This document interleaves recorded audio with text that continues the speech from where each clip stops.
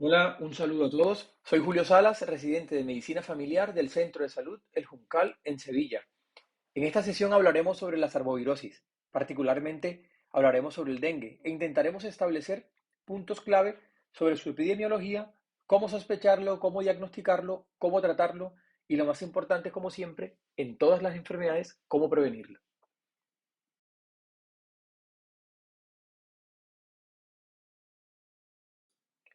Comencemos por saber qué son las arbovirosis. ¿Qué se nos viene a la cabeza cuando hablamos sobre arbovirosis? Pues las arbovirosis se refiere al conjunto de enfermedades virales transmitidas por artrópodos, las cuales o los cuales pueden ser alrededor de 400 animalitos entre los que se encuentran los mosquitos, las garrapatas y los ácaros.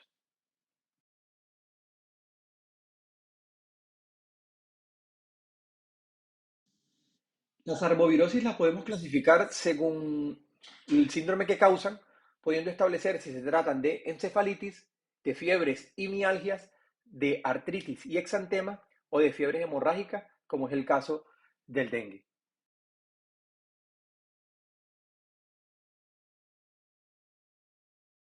Entre las arbovirosis más conocidas encontramos al dengue, al Zika, al chikungunya y al virus del Nilo occidental. Son más importantes por su alta prevalencia, por su alta exposición a nivel mundial y porque vienen mostrando un crecimiento o una expansión debido al cambio climático que se registra a nivel global.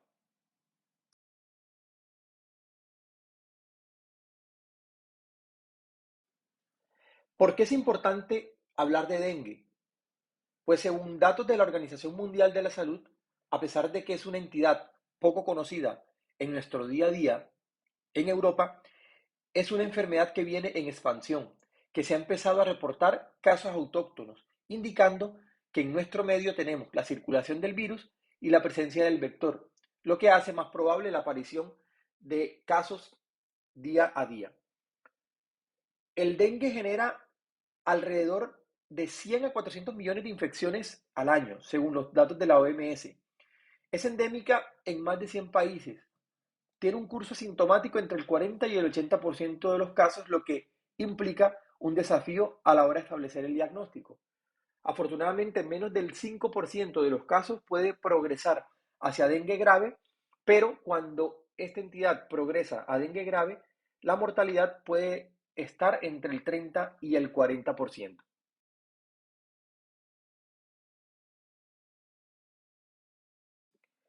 En este mapa del Center of Disease Control de Estados Unidos podemos apreciar el riesgo de aparición de casos de dengue, evidenciando que aunque su presencia es muy marcada en las zonas tropicales y subtropicales, en España ya se encuentran zonas clasificadas como riesgo de aparición de dengue de manera esporádica.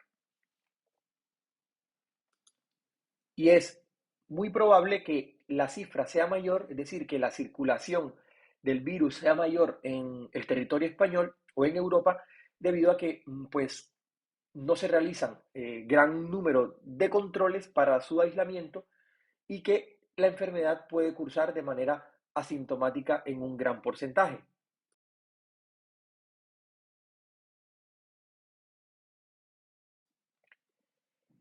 La mayoría de los casos de dengue reportados en la región europea se han adquirido durante los viajes a países endémicos. Sin embargo, la transmisión local del virus del dengue se documentó tanto en el sur de Francia como en Croacia en el 2010. En el 2012 se informó sobre un brote de dengue en la isla de Madeira, en Portugal, asociado con la presencia del mosquito Aedes aegypti y se confirmaron 5 casos adquiridos localmente en España en 2018, otros 5 en el noreste de Italia en el 2020. Los primeros casos adquiridos localmente en ese país por primera vez. Las autoridades de salud pública identifican un caso de transmisión local de dengue en París este año en la región conocida como la isla de Francia. El paciente diagnosticado no había realizado viajes internacionales los últimos 15 días anteriores al inicio de los síntomas, por lo cual se ha considerado un caso de dengue autóctono.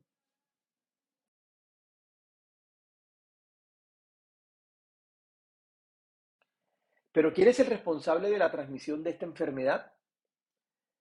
Pues a pesar de que tiene otras vías de transmisión, como por ejemplo en Madrid se documentó un caso de probable transmisión sexual, el mosquito Aedes aegypti es el principal causante de la transmisión del virus del dengue. Es una enfermedad primordialmente transmitida por vectores.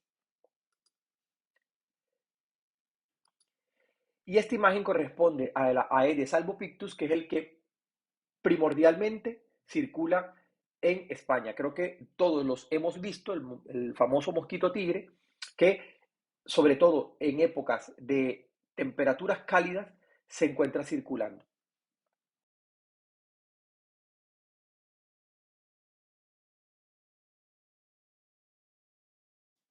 En este mapa podemos ver la distribución mundial del mosquito Aedes aegypti. Vemos que predomina en la zona tropical y subtropical, pero que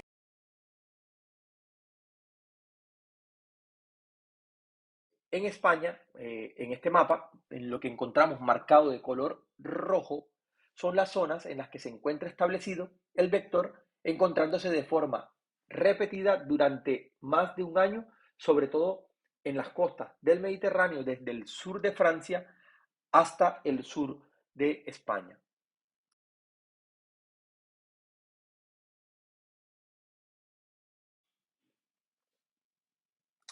¿Cómo es que el mosquito es capaz de transmitir el virus? Pues el mosquito toma sangre de un humano infectado. Desde la sangre del virus pasa al esófago del mosquito, el cual resiste los jugos gástricos del estómago, adaptándose al virus, multiplicándose y pasa a las células, principalmente a las glándulas salivales. Cuando el mosquito pica a otra persona, lo primero que hace es inyectar saliva a modo anestésico, introduciendo de esta manera el virus a las personas sanas.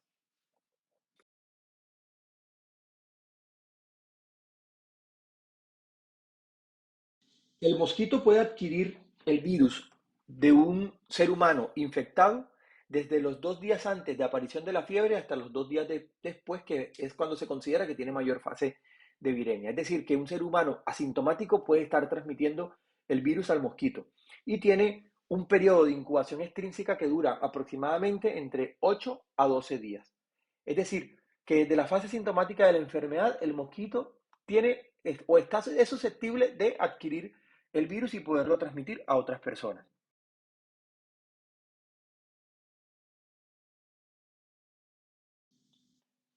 Una de las causas en las que se atribuye la expansión del dengue es el cambio climático, una realidad que estamos afrontando a nivel global. Pero ¿por qué el cambio climático afecta el aumento de aparición del dengue o nos hace más susceptible a la aparición del dengue? Pues esta enfermedad tiene un rango de posible transmisión que va desde los 18 a los 34 grados centígrados, encontrándose temperaturas más propicias entre los 26 y los 29 grados.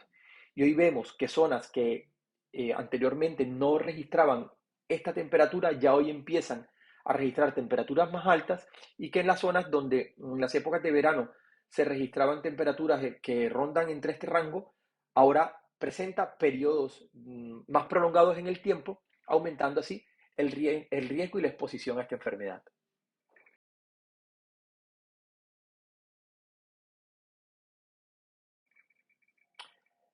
Ahora hablemos algunas pinceladas sobre el virus del dengue. Pues es importante establecer que existen 4 serotipos diferentes de virus del dengue, denominada el dengue virus tipo 1, el 2, el 3 y el 4. Es un virus de ARN que tiene una membrana lipídica. En su estructura tiene una proteína E, una proteína M y una cápside que protege al ARN viral. Es a través de la proteína E que interactúa con los receptores de glicosaminoglicano de heparina en el huésped, lo que constituye una parte importante en su reproducción y en su fisiopatología.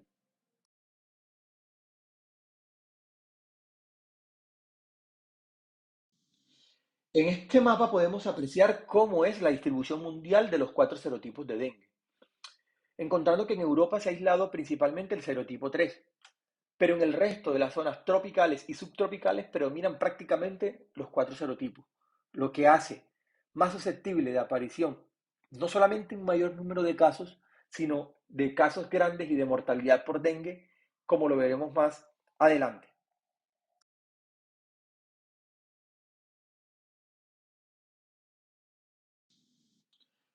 Ahora miremos cómo es que reacciona nuestro sistema inmunológico ante el virus. Ya vimos anteriormente que el mosquito inyecta la saliva con el virus dentro del organismo. El virus del dengue se introduce e infecta las células inmunitarias locales, incluidas las células dendríticas residentes en los mastocitos y las células dendríticas derivadas de la sangre. Las citocinas producidas por estas células inmunes locales regulan la replicación viral y reclutan aún más células inmunes al lugar de infección. Las células infectadas migran a los ganglios linfáticos locales, donde el virus del dengue se replica y activa aún más las células B y las células T, lo que lleva a una diferenciación de estas células en células efectoras para producir anticuerpos.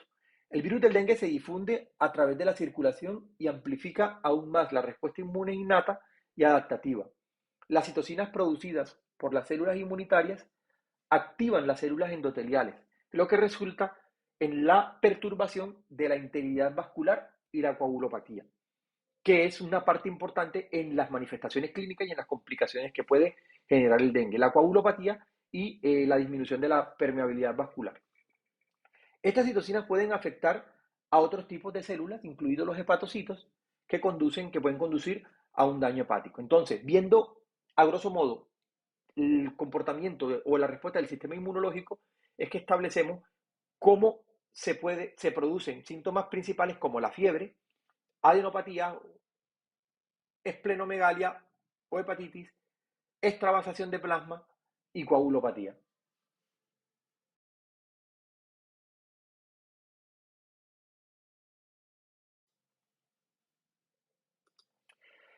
Esta es una de las láminas más importantes, ya que nos grafica el curso de la enfermedad y esto nos permite determinar nuestra actuación. La enfermedad tiene tres fases. Tiene una fase febril, una fase crítica y una fase de recuperación, que puede durar hasta 14 días desde el inicio de los síntomas, pero que frecuentemente dura de 7 a 8 días. En la fase febril encontramos que dura desde el día 1 hasta el día 3 aproximadamente, desde el inicio de los síntomas. Principalmente el síntoma cardinal es la fiebre. Por eso es importante establecer el primer día en que apareció la fiebre. Importante preguntar a los pacientes que sospechamos cuándo apareció la fiebre. En esta fase, a nivel inmunológico, el cuerpo no ha reconocido el virus y el virus se replica rápidamente, aumentando la viremia a gran velocidad. Aparece la fiebre, escalofrío, diaforesis, pérdidas insensibles que pueden generar deshidratación. A finales del tercer día e inicio del cuarto empieza a disminuir la fiebre, ocurre una fase de defervescencia, que coincide con la disminución de la viremia. En este momento es donde hay una respuesta, una supuesta mejoría por disminución de la fiebre, es cuando más atentos debemos estar, ya que entra en la fase crítica. Se aumenta el hematocrito, se aumenta la permeabilidad capilar, aumentando la extravasación del plasma, es cuando más se disminuyen las plaquetas, generando riesgo de hipovolemia, riesgo de hemorragia y riesgo de choque o incluso la muerte. En este punto, alrededor del tercer al quinto día, es cuando se marca el curso de la enfermedad, en donde si no encontramos una recuperación, debemos encender las alarmas en nuestro paciente. Afortunadamente, el 95% de los casos se recupera en la fase crítica. Se pasa a una fase de recuperación y se empiezan a registrar grandes cantidades de inmunoglobulina M e inmunoglobulina G, ya que el mismo sistema inmunológico se encarga de neutralizar el virus en más de un 95% de los casos.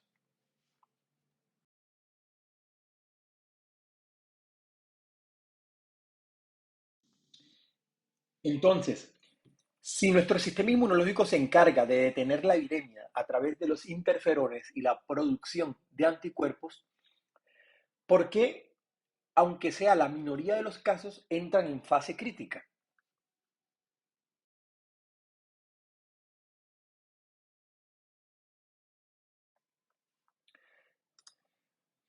Esto tiene que ver con el riesgo que significa la circulación de varios serotipos en una misma región. Cuando tenemos un caso de infección por dengue, de una primoinfección por dengue, en la respuesta inmunológica se crean anticuerpos homólogos para ese serotipo específico, formando complejos no infecciosos.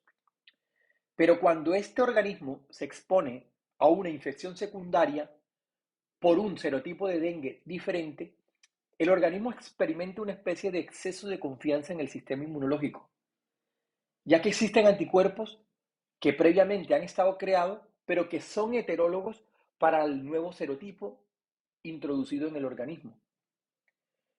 Esto genera que el virus se replique más y más rápido, que haya mayor carga viral y se generan más mediadores vasoactivos, aumentando la permeabilidad vascular, aumentando el hematocrito, aumentando la fuga de plasma, ocurriendo mayor destrucción de las plaquetas e incrementando el riesgo de hemorragia, el choque o la muerte. En términos generales, el mayor riesgo está dado por una infección secundaria y la incapacidad del organismo para poder neutralizar este nuevo serotipo de dengue introducido.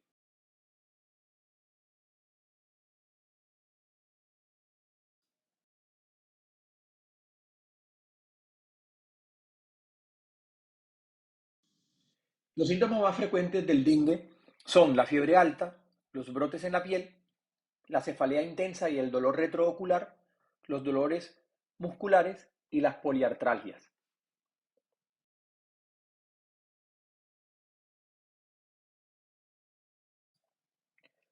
Aquí podemos apreciar cómo es un exantema maculopapular típico de la fiebre por dengue que aparece predominantemente en el tronco.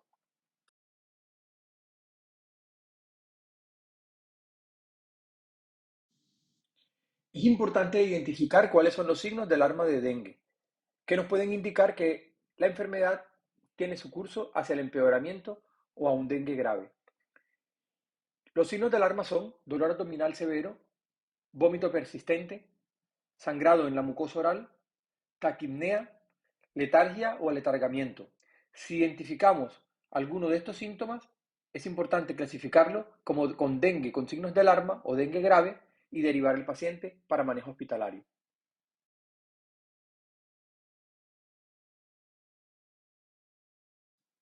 Ahora hablemos sobre los métodos diagnósticos. Existen métodos directos, que son los que se encargan del aislamiento del virus, la detección del genoma o la detección de antígenos específicos contra el virus del dengue, o los métodos indirectos como la seriación de inmunoglobulina M o inmunoglobulina G. La seriación de estas inmunoglobulinas es importante determinarla en qué momento la realizamos porque, como vimos en la lámina anterior, estos anticuerpos se empiezan a generar a partir del sexto día. Es decir, no es una prueba que nos va a permitir diagnosticar tempranamente el dengue, sino cuando ya se han generado estos anticuerpos.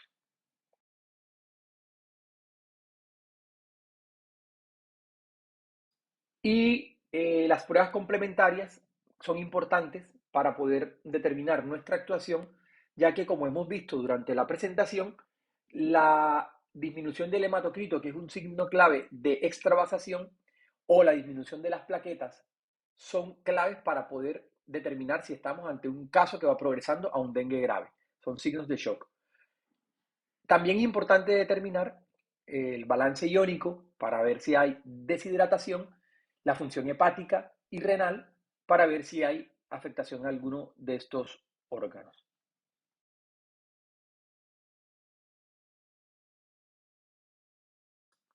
¿Cómo clasificamos clínicamente el dengue? El dengue, la Organización Mundial de la Salud, se ha clasificado en tres simples categorías. El dengue sin signos de alarma, que es una persona que tenga los síntomas característicos como náusea, exantema, cefalea, mialgia, petequias y leucopenia. El dengue con signos de alarma, como lo mencionamos anteriormente, es cuando encontramos ante una persona con los signos o síntomas clásicos, pero que además presenta dolor abdominal intenso, vómito persistente, acumulación de líquido, ascitis, sangrado por las mucosas, aletargamiento, hepatomegalia y aumento progresivo del hematocrito. Y el dengue grave lo clasificamos cuando nos encontramos ante signos que nos indiquen la existencia de un shock.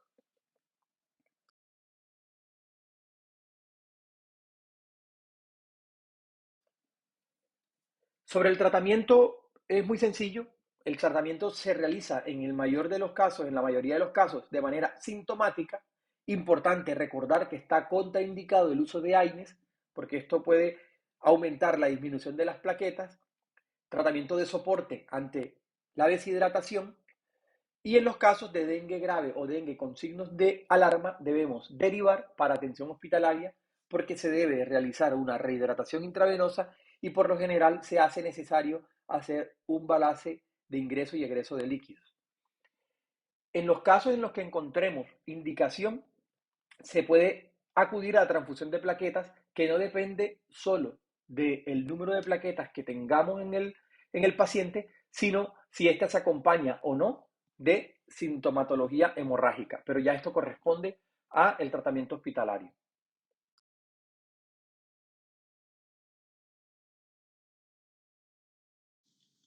En cuanto a la prevención, esta es una de las cuestiones que se nos puede presentar más comúnmente en nuestra consulta de atención primaria.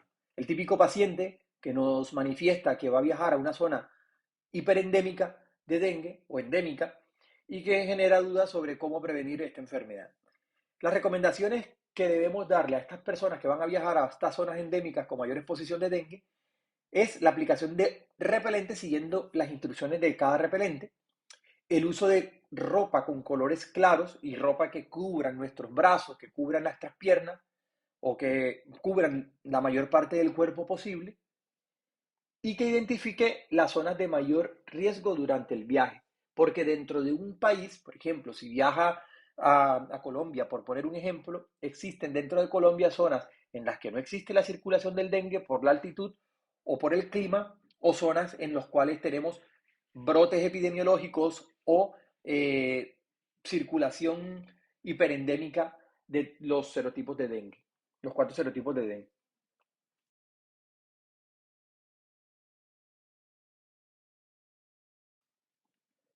Importante en los hogares evitar la acumulación de agua porque el dengue tiene la particularidad, o el mosquito del dengue más bien tiene la particularidad de que se cría en agua limpia y no en agua sucia. Entonces, cualquier elemento, bien sea macetas, tanques, llantas, cualquier tipo de elemento que pueda acumular agua limpia en los periodos de lluvia puede generar riesgo de cría del vector.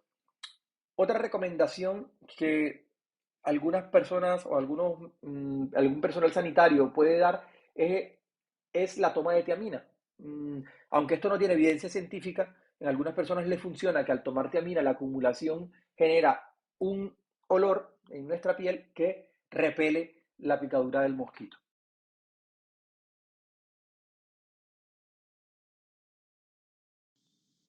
También existe como estrategia de prevención la fumigación, que es muy poco eficiente, muy poco efectiva, porque como lo vimos anteriormente, cada mosquito tiene la capacidad de poner entre 150 y 400 huevos y la fumigación solamente ataca el mosquito circulante. Es decir, que si no atacamos la cría o los focos de criadero, la fumigación poco sirve o es poco eficiente.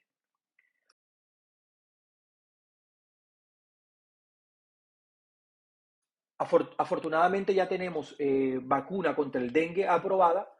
Es una vacuna creada por un laboratorio coreano y que ya a nivel europeo se ha autorizado para su aplicación. Ya cada país es autónomo de acoger si lo aplica de manera sistemática o la pone o la prueba para su aplicación en cada país, pero ya a nivel europeo está aprobada. Y en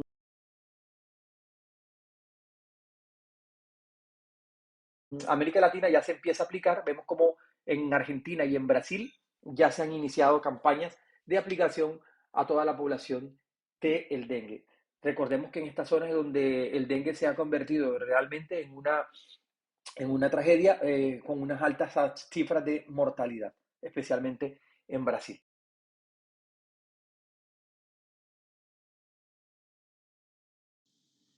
Muchas gracias a todos por su atención prestada. Espero que esta sesión les sea útil para poder sospechar cuando nos encontremos en un paciente que por nexo epidemiológico o por su sintomatología sea un caso probable de dengue, ya que es una entidad que se encuentra en plena expansión, que por el flujo migratorio y por el cambio climático es probable que cada día nos encontremos nuevos casos.